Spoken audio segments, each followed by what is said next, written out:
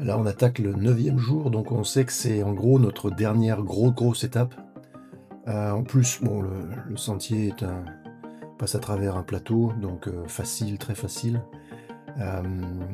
Temps couvert, mais finalement, ouais, on part vers 7h, 7h30, donc ouais, tranquille.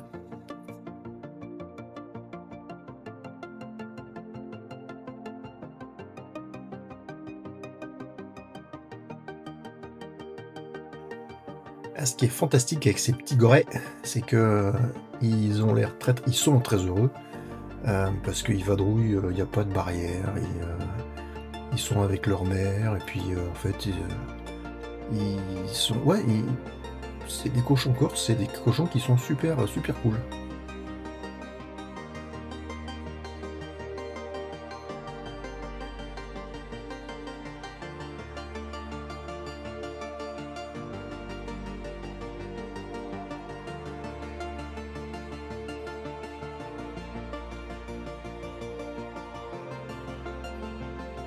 En arrivant à la bergerie Croquis, ouais, les canards 1550, donc on a gagné un peu d'altitude. Surtout, on s'est rendu compte, Clem disait qu'il l'avait vu la veille, comme une possibilité de dormir, mais qu'on était tellement fracassés qu'on s'était bien qu'on se soit arrêté à la bergerie de Basseta, donc c'était une, un une bonne étape qu'on avait fait hier.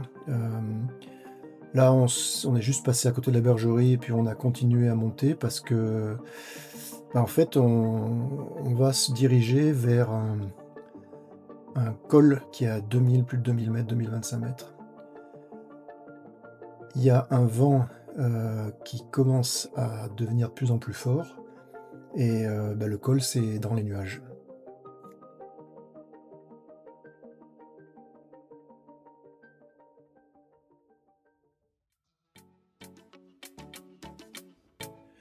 Et finalement, ça va devenir un peu le thème de la journée où on croyait qu'on allait avoir une journée, relativement facile et qui, régulièrement, bah, en fait, le GR20 s'est bien rappelé à nous en disant: «Non, non, tant que c'est pas terminé, c'est pas terminé.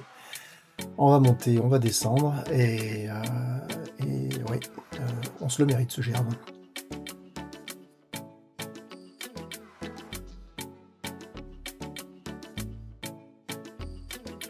Finalement, bah, au bout de 2 heures, 2 heures et demie, on se retrouve donc en haut du col où on distingue en bas le refuge d'Assino.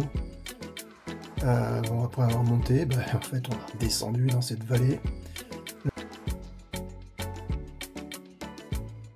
Petite pause sympa, on achète nos saucissons au fromage habituel. Et là, en fait, on savait qu'on avait effectivement donc plus de haut col à passer et qu'il allait falloir dérouler jusqu'au dernier refuge. Et en fait, les grosses, les montagnes qui sont sur le côté, en fait, c'est les aiguilles de Bavela qui commencent à apparaître.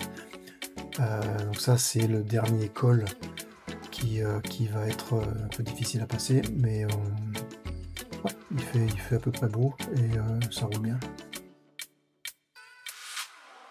Par contre, c'est long et c'est le 9e jour et en fait, on a épuisé un peu, tous les sujets de discussion, qu'on avait au départ. Donc Clem est arrivé avec, toute une liste en fait à explorer sur, quel est le sens de la vie, des discussions plutôt d'ordre philosophique. C'était rigolo. Notre 3e larron qui s'appelait Tom, avec qui on avait commencé à marcher 2-3 jours avant, a bien dû se demander ce que ces 2 énergumènes canadiens devaient se raconter toute la journée.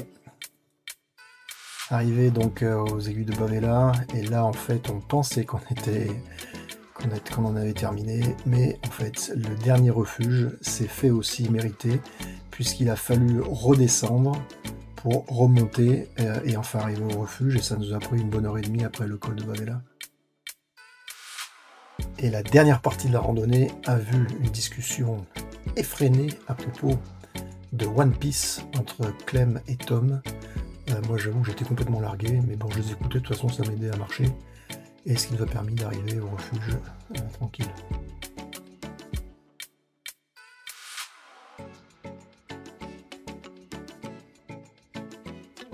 En fait, quand on arrive au dernier refuge, il y a, comment dire, des sentiments opposés. C'est-à-dire d'un côté, on a le sentiment, bah, oui, qu'on a presque terminé, que ça fait 9 jours qu'on marche et que, bah, il n'y a plus qu'une journée et puis on est arrivé.